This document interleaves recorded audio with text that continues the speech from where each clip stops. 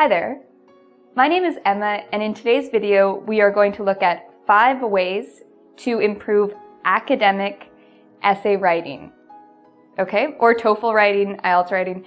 This doesn't have to do with when you write a letter to your friends, okay? We're talking specifically about formal writing, maybe business writing, or academic writing. Okay, so let's get started. My first tip on how to improve writing is do not use contractions, okay?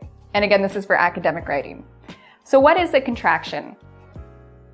Don't, can't, shouldn't, couldn't, wouldn't, isn't, haven't, hasn't. Okay, so it's the short form of, for example, don't is the contraction of do not. Okay, so it's better to actually write out the word in full in academic and formal business writing. So instead of don't, use do not. Instead of can't, use cannot. And notice how with do not, it's actually 2 words. Cannot is just 1 word. Shouldn't becomes should not. Couldn't becomes could not. Wouldn't, would not. Isn't, is not. Haven't, have not. Hasn't, has not. Okay, so don't use these, use these. Okay, so now let's look at tip number 2. So tip number 2 is avoid there is or there are. Okay, so why do we avoid there is or there are? Well, one of the reasons is when we write, we want to write our ideas clear and concise, meaning we don't want these long sentences. We want our sentences to be to the point. There are adds extra words that are not needed. So let's look at some examples. A, there are many issues that students face at university. So that's an okay sentence, but if I wanted to make it a better sentence that is more appropriate for academic writing, I would change it. I'd get rid of there are, and I would say instead, students face many issues at university. So you don't need there is or there are. A second example, there are many development projects that the UN supports. Okay? Again, we don't need there are. We could just change it to the UN supports many development projects. By getting rid of there is and there are, your sentences become stronger and to the point. So tip number 3 is avoid words. So don't use words in academic writing such as really, very, a lot. I'm going to add another one. So, okay? This weakens your writing. Your writing isn't as strong if you use these types of words. So let's look at some examples. Many students think university is very hard. Okay, so now we have very. How could I improve the sentence? Well, instead of using very hard, just use a stronger word in the first place. Say,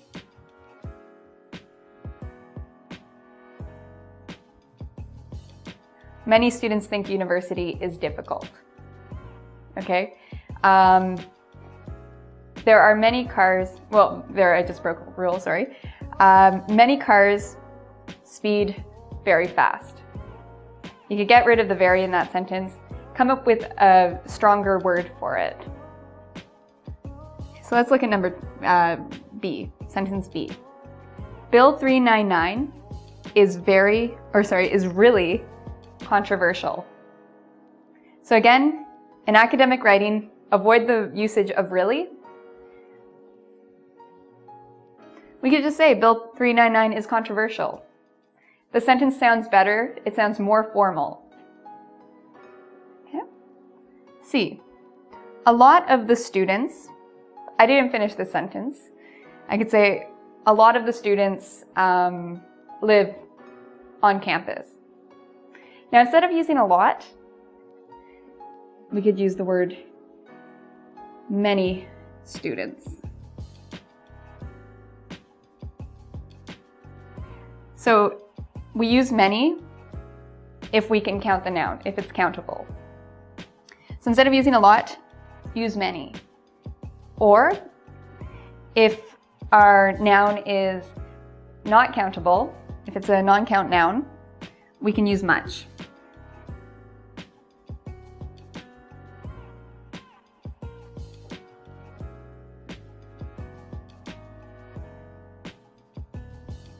Okay, so we get rid of a lot. So instead of a lot of the students, now we have many students. Many students face problems in their first year of university.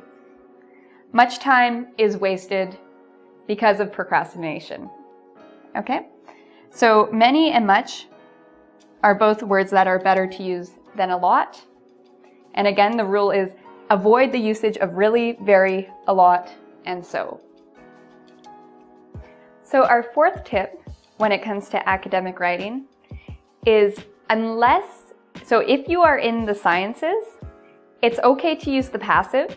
Don't use it too much, but it's okay and normal to use the passive voice. And I'll explain what that is in a second. But if you are studying humanities, social science, history, psychology, these types of subjects, do not use the passive voice. Use the active voice. So for most university writing, we use the active voice. So what is the passive voice and what is the active voice? So here is an example of the passive voice. Healthcare reforms were implemented by Obama. Okay, so notice first we have a form of the verb to be, and then we have the past participle of implement, in this case implemented, so you see an ed. And then oftentimes we have the word by someone. So this is an example of a passive voice sentence. Healthcare reforms were implemented by Obama. So what is the problem with using the passive voice? Well, it takes away the fact that Obama is the one who implemented the reforms. The sentence is sort of weak, a little bit awkward. It would be much better if we had the actor who is Obama, so the person, the verb, and the object. Obama implemented healthcare reforms. So this is the active voice. Okay, so if you can, have the subject, then the verb, then the object, instead of the passive voice. So here is another example of this. If I wrote in the passive voice, I would write, the war was, so here we have a form of the be verb, won, so here's the past participle of win, by, so another keyword, the French. The war was won by the French. So this is, again, a passive voice sentence. It's a passive sentence, but it's still a little bit weak. In academic writing, we want strong sentences. And a strong sentence has the actor, or the person performing the action, at the beginning of the sentence. So instead, a better sentence would be, the French won the war. So the final tip in this video is when you write academically, use strong verbs. Okay, so what is a strong verb?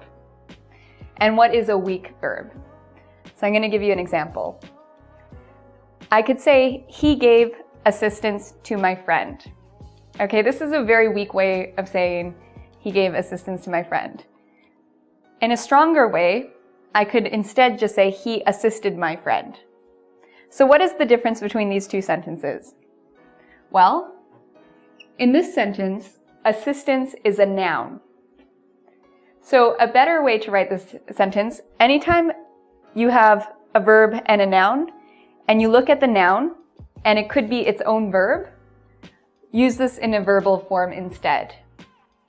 So for example, he gave assistance should become he assisted. Okay, so this is stronger. Let's look at another example. So here I have a weak verb. made an objection. He made an objection. Okay? So again, we have a verb and then a noun, objection. But objection can be its own verb. So to make it stronger, we get rid of made and we turn objection into its verbal form, objected. He objected. So he objected is better than he made an objection. Okay? Another example. Here we have our example of the weak verb. She conducted an investigation. She conducted an investigation. Well, when I look here, I see the word investigation and I think, does investigation, does this noun, have a verb form? Well, yes, it does. Investigate. So instead of saying conduct an investigation, she investigated something. It's a lot better, it's stronger. Okay, finally, for our fourth example, the weak verb is did an audit. They did an audit on Wesley Snipes. I don't know. Poor joke, maybe. They did an audit on someone.